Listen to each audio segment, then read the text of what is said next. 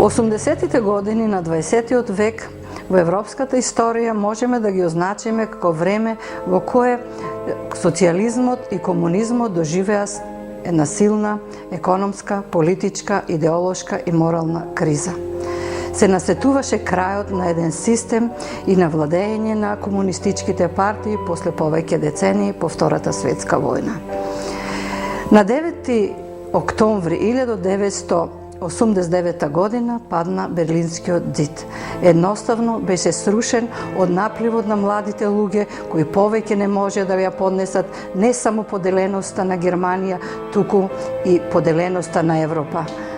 Символично, со падот на Европскиот зид заврши времето на студената војна, заврши времето на поделена Европа. Започна нова фаза во европската историја.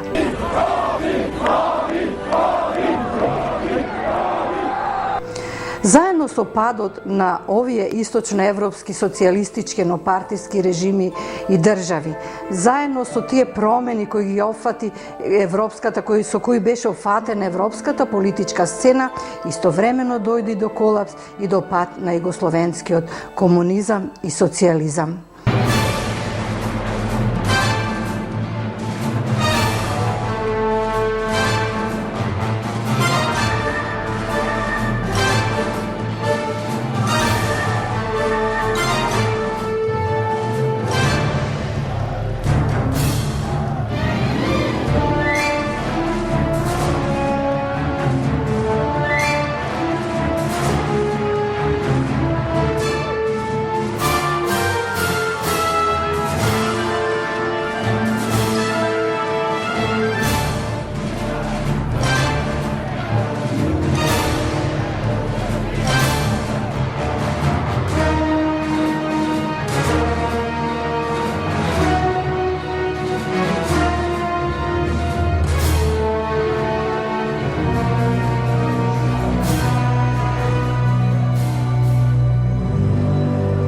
Новата европска стварност бараше и нов идентитет. Новиот европски идентитет се поврзуваше со преиспитување на комунистичкото минато на сите овие земји. На дневен ред се постави прашањето за репресијата во комунизмот.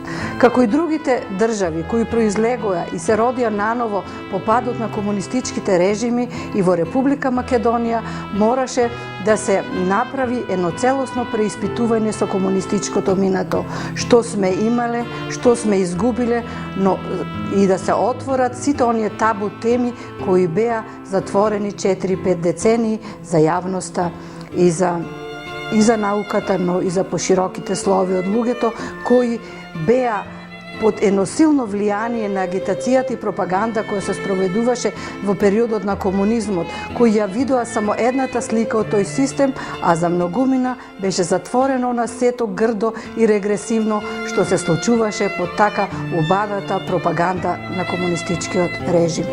Македонското општество се најде на раскрсница.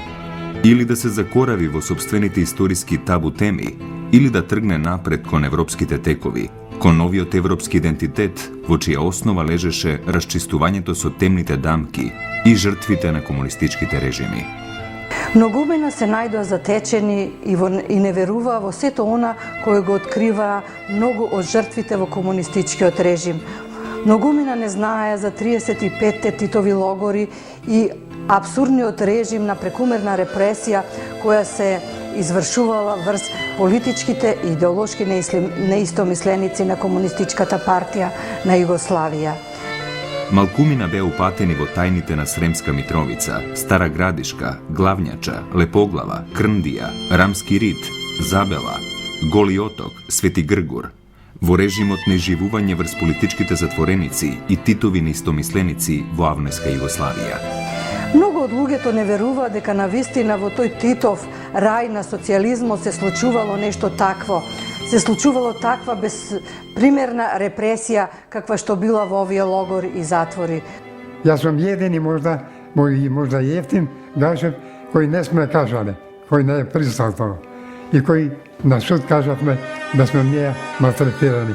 Јас сакав да се облечам кондори, а не ми дозволи надзирателот и не ми дозволи судијата, за да видат дека имат фликови оттепање од тоа. тепање потабани, со жица. Со жица тепање. Златко Билјановски, он ми беше исследовател, рече, врзете го. Ме врзете му ги раците. А ја веќе 6 дена сум стоял. Ставите му јамка за бесилка, јамката ставите ја горе за железо. Ја сега, кога не сум спал 6 дена, не сум пиел вода, не сум јадел ништо, кога ми се спие, задам, јамката ме стега. Значи не можам да спијам. Разберете, ова го легнем и ова ме стегне. А ја не можам да ги рацете ми се врзани. И така, само тој е жив. Тие тут кажа, абе то беше ужасно, абе то тие истражители ти лудаши, абе тој душата ќе ти отат, а не тебе. Тие затворници, полни истражи, затвори, повеќето тука останали. Лесно е откачиш да те осуде, одиш и таму на работилиште и да се сретиш, овдека сонце нема да те види. И тој удбаш не ти дава ти да мислиш и да кажеш онаш. Тој што ти дава да ти тој ќе окажеш или нема живност. Татко ми го осудија, судењето беше утре во тивиште, пред нас, пред сите. И вика, после пресудата пушчија го него. На свижење, таму идехме од училница. И ние му носиме дреј да се пресоблече, мама му носи, и кога ојде там на една клупа у ќошо седнува да се пресоблече, кога ги соблече тие неговите дреј, има што да видиш. Од петите до шијата, целиот модер како палтото.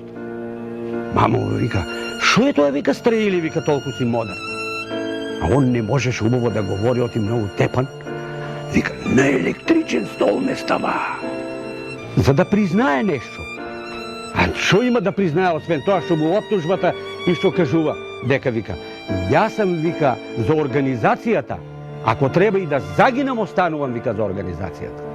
За време на комунистичкиот период, нашата фамилија како патриотски ориентирана за Македонија и идеалите за Македонија беше прогонувана, малтретирана, омаловажувана, затоа што ние малце поинако мислевме од тие во тоа време што мислеа. Имено веднаш после Втората светска војна или непосредно по нејзиното завршување, врз идеолошка основа некако се создадоа два табори, два блока. Блокот на народот и блокот на народните непријатели. Под поимот народ беа вгрупирани сите оние кои ја прифаќаа без поговор партијата, нејзината идеологија, нејзините политички економски мерки во трансформацијата на општество, односно во комунистичката транзиција. Од другата страна се наоѓаше таборот на така наречените прогласени народни непријатели, класни непријатели, односно беа таму групирани оние граѓани, оние луѓе кои не се согласуваа со идеологијата на комунистичката партија, значи со оние луѓе кои не беа на така наречената строга партиска линија. Овој арсенал од луѓе беше прогласен за непријатели на партијата, непријатели на државата и сурово репресиран. Тие го измислуваа тоа, кобаји сме за туѓи интереси и туѓи идеали, зошто? За да имат како да те затворат, како да те малтретираат, кобаји да оправда неправдата што ни беше наметната. А никој пат не сме били ние за туѓи интереси и туѓи идеали. Ние не сме сакали ни Бугарија, ни Србија, ни Грција, ни Румунија. Ние си ја сакавме Македонија и македонската држава. И таму во пресудата вели дека одцепување од федералните единици на Југославијата во обвинителниот акт и праје самостојна македонска држава. Во тој систем на репресија најпрво настрада оние кој бара интегрално решавање на македонското прашање, односно најпрво се изрази во бунтот на војниците на Скопското кале, кои на наредбата да се оди на Стрем бара да се оди на Солун, бара интегрално решавање на македонското прашање и обединување на македонскиот народ. Плејадата македонски национални дејци застанаа на линијата за поголема самостојност на Македонија. Ваквите ставови на оваа така наречена промакедонска струја беа прогласени за антипартиски, за автономизам и сепаратизам. Низ силната партиска агитација и пропаганда и со нагласената улога на одделението за заштита на народот ОЗНА, формирано уште пред конституирањето на АСНОМ, започна хајка против овие личности. Тие беа ставени во арсеналот на непријатели на Титова Југославија и на братството и единството со југословенските народи. Особено за грев се земаше нивната поврзаност со идеите на ВМРО, за самостојна и обединета Македонија. Јас сум роден брат на Наум Којзеклиев, кој во 46 година беше суден во Штип за идеите на ВМРО. Тоа е прва штипска ВМРО-вска група и прв процес во Штип. Во март месец 46 година беше извршена провала, беа лишени руководството од слобода и против нив се почна истражна постапка која што траеше повеќе од 6 месеци. Во таа истражна постапка голгота, мачење, страдање, какви што човек не може да ги замисли. Тие се опишани во книгата Судини за Македонија.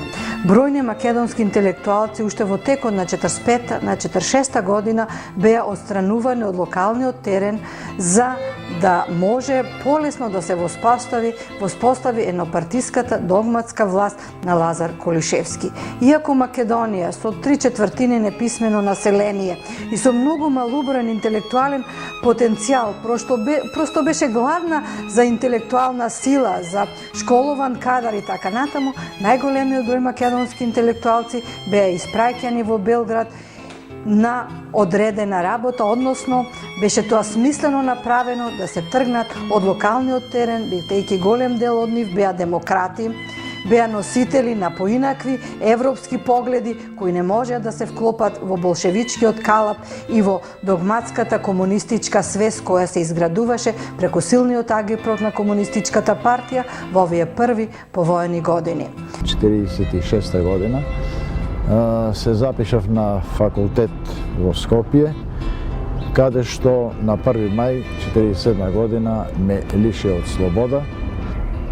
По завршувањето на истрагата, која траеше од 1. мај до 12.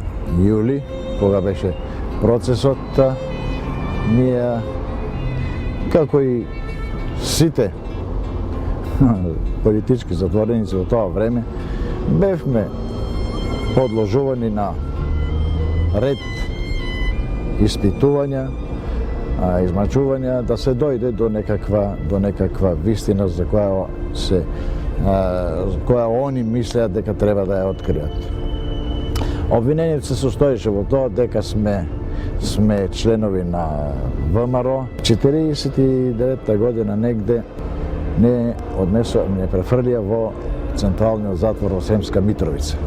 Таму исто така правевме патишта, мостови, на аутопатот Белград-Загреб.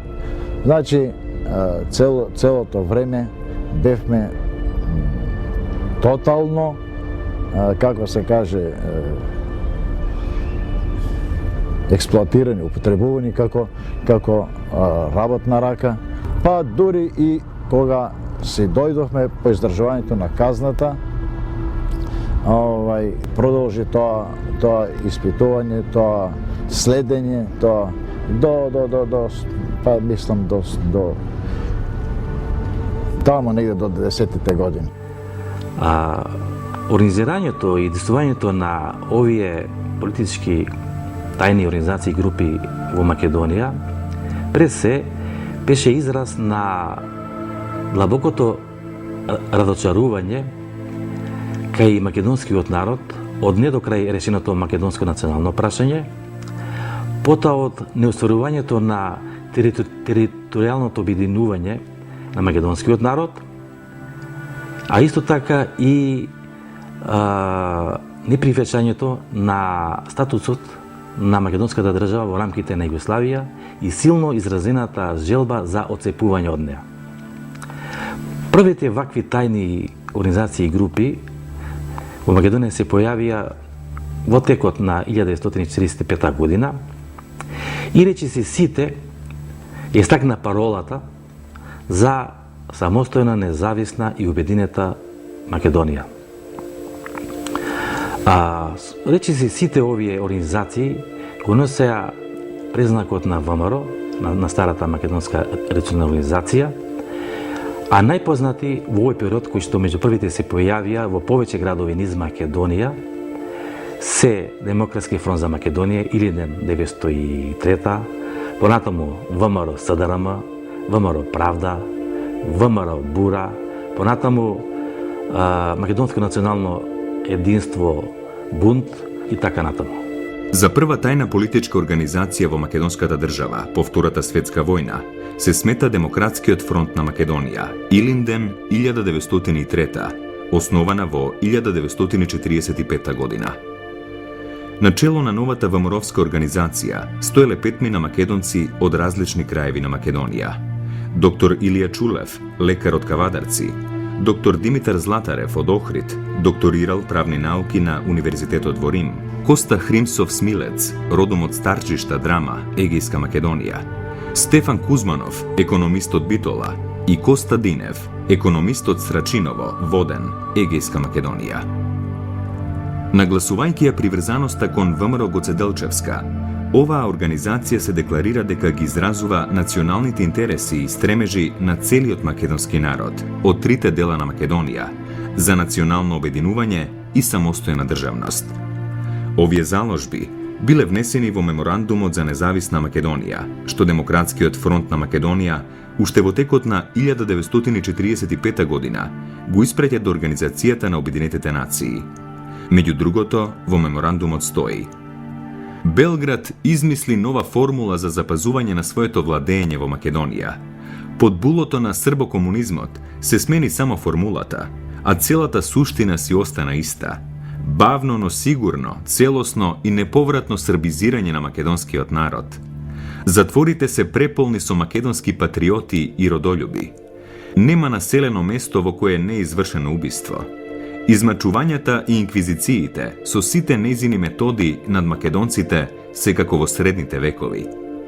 Со овие зборови, во меморандумот во кој се бара обединета и независна македонска држава, неговите потписници си антиципирале и собствената судбина. На 20 октомври 1945 властите ја откриле организацијата и ги затвориле раководните лица. Процесот против овие приврзаници на идеите на ВМРО започнал на 8 февруари 1946 година. Судот е безмилосен. Константин Хрисимов е осуден на 20 години строг затвор, Стефан Кузманов на 15 години, доктор Димитар Златарев на 14 години, доктор Илија Чулев на 10 години, Константин Динев на 6 години, Петар Петров на 4 години и така натаму. Посебно трагична е судбината на доктор Илија Чулев и на Хрисимов. Доктор Илија Чулев бил подложен на најсурови измачувања. Бил деноноќно претепуван и ставан во безвоздушен канцер. Во 1948 година им подлегнал на страотните измачувања. Од канцерот го извлекле мртов. Вецко Стаматовски му даде задача на Драгета Шурбановски и на Спира Саботиновски да појдат во училиште да ги напишат паролите. Бидејќи зидовите беа бели и тие отидоа, напиша таму пароли да живеј ВМРО, долу комунистичката партија, да живеј самостална Македонија. Сето училиште беше поплавено со пароли.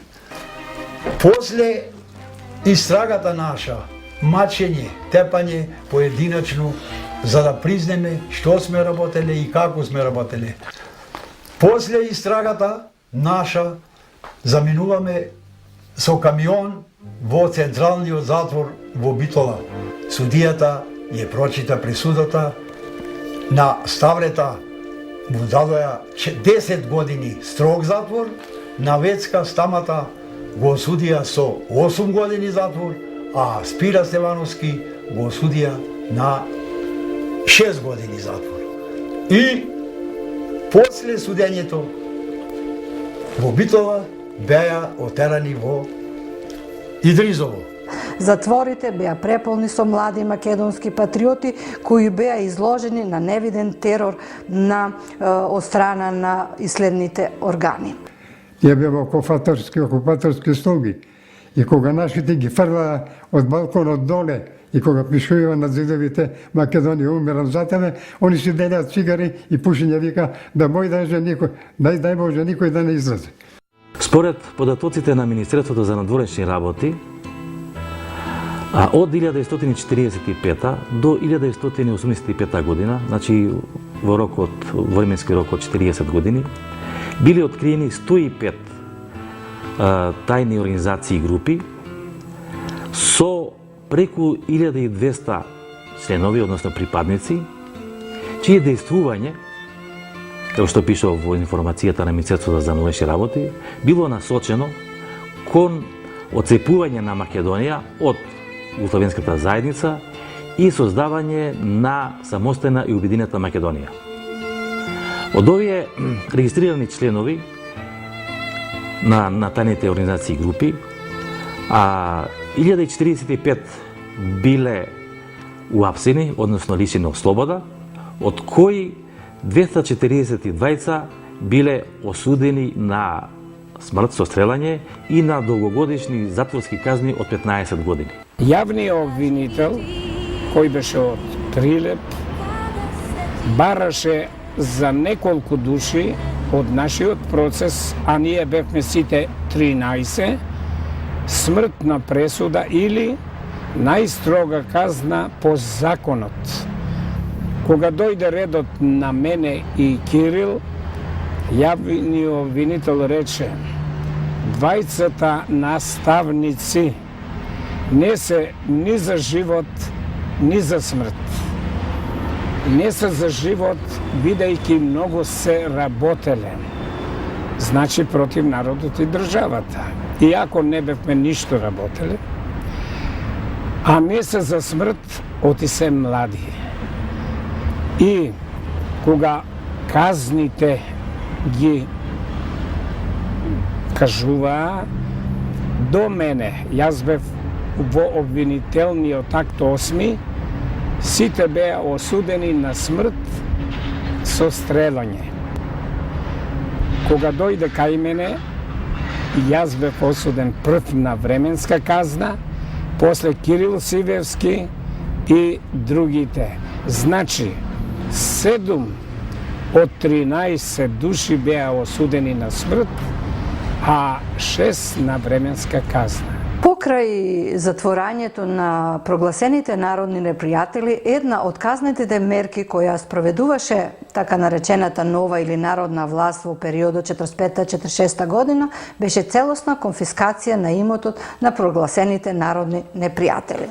Со години стекнуван имот преку ноќ стануваше така наречено општонародно добро, кое во најголем дел го ползуваа представници на така наречената народна власт. Со прекумерна репресија и прогласување за непријатели, според слободна проценка на некој локален моќник, преку казнено законодавство, во Народна република Македонија беа одземени над 90% од приватната собственост, уште пред спроведувањето на формалната национализација во декември 1946 година. Многумина до вчерашни борци не можеа да ги прифатат таквите мерки на комунистичката власт. Започна ликвидирањето на козите, национализацијата на големите сточни стада, колективизацијата на селото. Селанството како социјална категорија, покрај приватните собственици во градот, најсурово и најжестоко врз своите плеќи ја почувствуваа комунистичката транзиција. Работните логори Маврово, Моноспитово, Преспа, Кајмакчалан, каменоломот Добој, рудникот Злетово, Идризово и локалните затвори беа преполнети со селани. Нивните семејства со месеци не знаеја каде се, а дел од нив, како што стои запишано понекаде, гизела помрачина, не им се знае гробот. Апсурдно ова сето тоа беше што Македонија немаше капиталистичка собственост, па за да се прогласи некаков класен непријател, капиталистичка класа и така натаму. Сето тоа беше една идеолошка конструкција заради која настрада многумина иматели на приватна собственост. Тоа беа главно занаетчи, трговци, иматели на ситни производни погони, дури и 48 година кога се спроведе втората национализација, се одзема и водениците на луѓето и најситните нивни занаетчиски работилници со кои државата целосно завладее со собственост, односно со приватната собственост, која ја прогласи за така наречено народно, општонародно или народно добро, односно тоа беше таа државна собственост со која располагаше државата. Тоа дисциплинирање на населението и воспоставување контрола, преземање на политичката власт и создобивање економска моќ преку насилно одземање на собственоста, идеолошката и политичката исклучивост на комунистичката власт, покрај главното, парцијалното решение на македонското прашање, беа основните причини за создавање на илегални организации во духот и традицијата на ВМРО.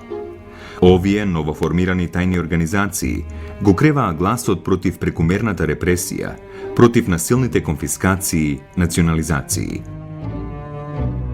Отстранувањето на Ченто означи сигнал за безмилосна чистка на сите оние кои бараа целосно решавање на македонското прашање, на оние кои дигнаа глас против насилството над граѓаните, против недемократското владење на партијата, против насилните експроприации. Сите тие, како ВМРО-вски, антипартиски и антидржавни прозападни елементи, беа сурово репресирани. За сите беше најдена универзална формула. Беа прогласени за приврзаници на Ванчо Михајлов и империјалистички шпијуни. Веќе 47, 48, 49 година започнува одземањето на козите како мерка со која власта наводно сакаше да ги заштити шумите. А кој го наметна тоа? Му го наметна, му зеде козите, му зеде шумата, одошо да живеете. Немаше existenција, беше принуден да бегат. Или да емигрира во град, или да емигрират во странство. Тоа беше една вистина трагична епопеја за македонскиот селанец, особено за македонскиот селанец во планинските села. Понатаму, покрај спроведувањето нова засилена втора национализација, истовремено се зголемува стапката на задолжителен откуп која плаќале селаните кон државата. Но не се зголемила само стапката на откупот, туку станале многу поригорозни казните за укривање на дел од производите на селанството. 49 година ова селанство го доживува најголемото разочарување од својата народна држава. Имено по судиро со информбирото, раководството на Комунистичката партија на Југославија, прифаќајќи дел од критиките на Сталин кои се однесувале на југословенската аграрна политика, со пленумот во јануари 1949 година почнува да спроведува форсирана колективизација на селото. Ние имаме мош над 1000 декара земја, прва покрај Брегалница, Бахчи, ниви у долно поле, горно поле, у градините, у растоките. Тука тоа близината беше псовци, стада, тоа немаше што нема. Меѓутоа, се беше убаво да не беа селските кодоши. Страдањата почнаа, татко ми го затворија. И кога го не го затворија, за кратко време после него и тетин ми го затворија. Оние доа веќе во затвор. Ние бехме како црна овца во стадото во селото веќе, прогласени за ратни богаташи. Луѓето со денови биле држани во истражни затвори. Цели ноќи во нивните семејства упаѓале службениците на УДБА кои со вперено оружје ги принудувале домакините пред очите на нивните деца да потпишат дека влегуваат во колективите. Целокупниот процес на колективизација се спроведувал со огромно насилство врз селанството. Бедата во намет на комунизмот со национализацијата и со колективизација. Крушево беше пресе трговски град во тоа време. Посетуваше со големо сточарство развиено, дека имаше неколку фамилија диковци, кардуловци, што имаја по 6-7 илјади глајовци, разбираш, национализирани. Аврам еден имаше, што му се дадо 12.000 глави овци и со тоа сточниот фонд сега, од тој период до сега е паднате на 75%. Зошто? Со национализацијата на тој поредок се уништи сточниот фонд во Македонија. И кога зборуваме за комунистичката репресија во македонската држава, можеби најмасовната репресија која се одиграла во рамките на овој период од нашата историја, се и најмасовната репресија секако е репресијата во која се спровела врселанството за насилно влегување во селските работни задруги, односно колективите. Гледавме ние како патриотски ориентирани луѓе дека неправдата му се подметнуваше саде на Македонија и економски беше исцрпувана Македонија од многу причини. Прво, национализацијата, колективизацијата, прогласувани ратни богаташи за 3 години, трговците стенеќи на злато му беше одземено на македонскиот народ и однесен во Белград, а до кај другите републики, Хрватска и Словенија, немаше национализација, немаше колективизација и денеска затоа се ти економски појаки од нас. Овој период во југословенската историја и во македонската историја беше период препун со табу теми, во кој една од најскриените, најдолгочувани тајни, можеби табу теми, беше приказната за Голи оток. Оние пак, со кои не се расчисти во првите повојни години, ги стаса судирот на КПЈ со информбирото. Уште една спасоносна формула за дисквалификации и ликвидации. Голем дел од македонските борци за обединета Македонија, прогласени за информбировци, беа испратени на општествено превоспитување на Голи оток, еден од најзлогласните логори во поствоена Европа. Кои беа македонците кои беа одведувани на островот Голи оток и на Свети Гргор, односно кои беа казнети на општествено корисна работа и општествено превоспитување?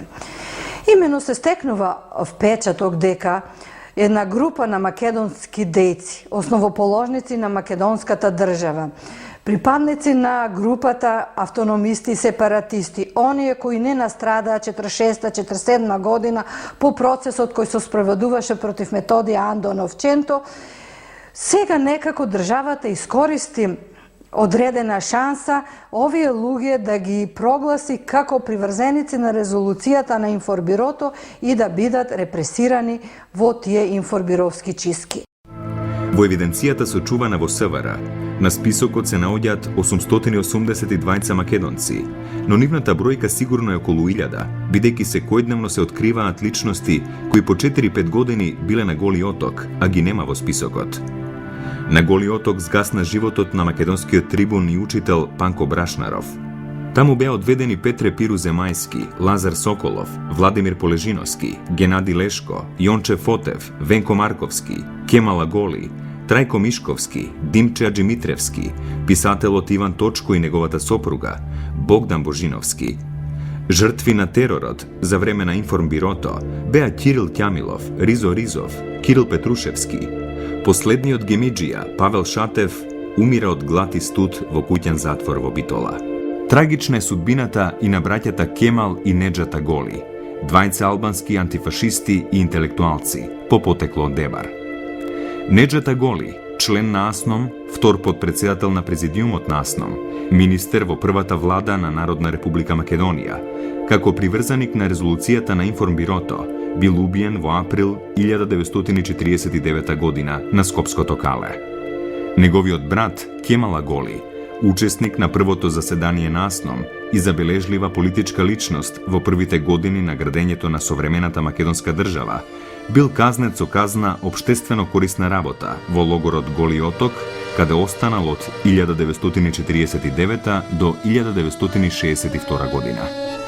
После укинувањето на информбирото имаме еден период на малку олабавување на тој систем на комунистичка репресија кој се случуваше во државата, иако не целосно, иако Досијата, чистките, следењето и така натаму, контролата над умот и свеста над луѓето се вршеше се до распадот на комунизмот, сепак има еден период во кој е намалена таа силна репресија која беше присутна во периодот од 48 до 56 година. Веќе во 58 година, кога ги читаме одредени партиски документи, може да се види дека комунистичката власт се соочува со еден друг проблем. Сега се појавува нова македонска интелигенција. Таа македонска интелигенција веќе го прифаќа социјализмот. Таа не може да се прогласи за класичен непријател од типот на оној кој ги прогласувавме 45 и 46 година. Ке ги прогласиме за Ванчо Михајловисти и работата е чиста. Значи, како арсенал на некакви остатоци идеолошки може да бидат ликвидирани. Но овие луѓе се на наша линија, прифаќаат идеологијата, но поставуваат прашања кои не одговараат на надворешната политика на Југославија. Ова нова македонска интелигенција пред се го поставувала прашањето за правата на македонците во соседните држави, а пред се во соседна Грција. Барала да се воспостави, исто така вика ние бевме подготвени кога се работеше за Стрем и за Словенечкото приморје, сите да излеземе да демонстрираме, но никој не го поставува прашањето на правата на македонците на Егејска Македонија. И токму затоа, кога на дневен ред новата македонска интелигенција почнува да ги поставува овие прашања, започнува да се полна досиејата и да се следат бројни интелектуалци, особено се следели интелектуалците на универзитетот, писатели, поети, јавни личности кои имале влијание во јавноста. Службите за внатрешни работи педантно ги полнат нивните досиеја, така што во 1965 година, според анализите направени од една комисија на Народното собрание, имаме бројка од 137.000 лични досиеја кои се воделе во Република Македонија.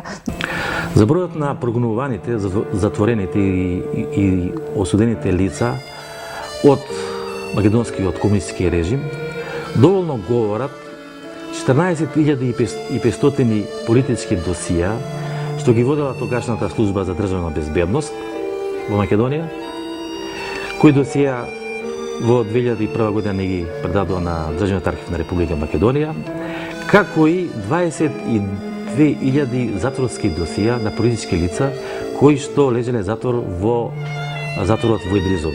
Значи, вкупно политички досија во Република Македонија на затворени осудувани лица има 36.500. А тоа се досија на лица, граѓани на Република Македонија, кои што беа затворени, депортирани, судени, па и стрелани,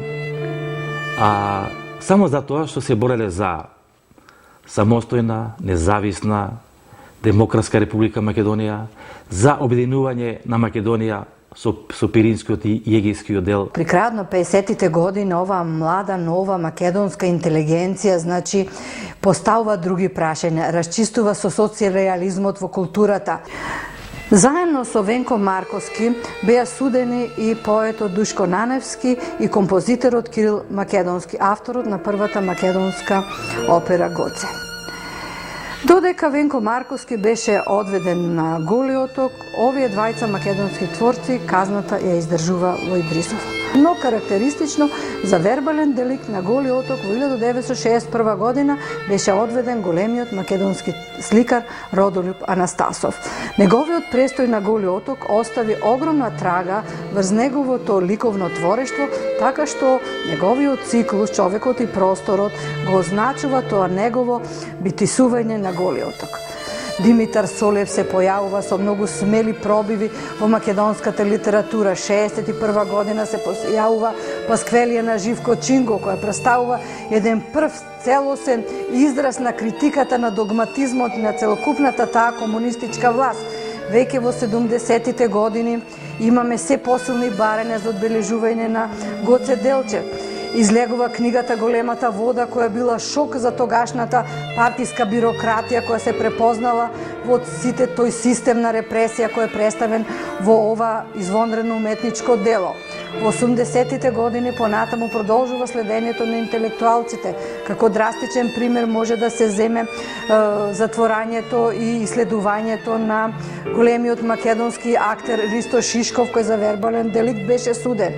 Понатаму 85-та година се затвора поетот Јонче Котески, така натаму. Значи, ова македонска интелигенција била перманентно следена, перманентно репресирана. Еден период поетот Радован Павловски морал да замени да оди во Загреб и така натаму.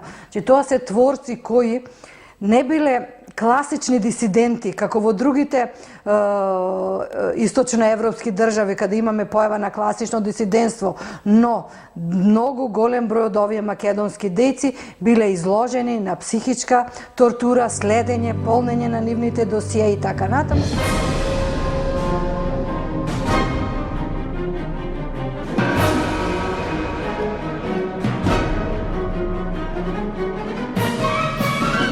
Меѓу овие лица има голем број на припадници, членови на ВМРО Обединета, па и на Комунистичката партија. Меѓу овие припадници исто така има голем број на интелектуалци, писатели, лекари и ученици, студенти, па и деца на 16 години. Сите овие лица, припадници на овие тајни македонски организации и групи, беа затворени и судени само заради тоа што ги продолжувале револуционерните традиции на ВМРО и патриотските традиции на своето семејство, односно на своите предци. Ова е можеби единствен пример во историјата на човештвото некој да биде осуден од сопствената власт за патриотизам, односно за љубов кон сопствената татковина. Една целосна иронија на историјата. Кој настрада во оваа комунистичка репресија? Настрада токму македонските интелектуалци, македонските дејци, револуционери, луѓето на Македонија кои бесконечно ја сакаа својата татковина, оние кои не можеа да се помира со историската неправда на делбата на Македонија во Букуреш 1913 година. Оние кои не можеа да се помират со недемократските методи на владење на Комунистичката партија. Оние кои не може да го прифатат едномијето. Оние кои има отворен ум за поинакви опции, за поинакви погледи. Луѓето демократи, луѓето патриоти, луѓето кои бесконечно е сакаа Македонија и станаа токму жртва заради своите патриотски чувства кон татковината.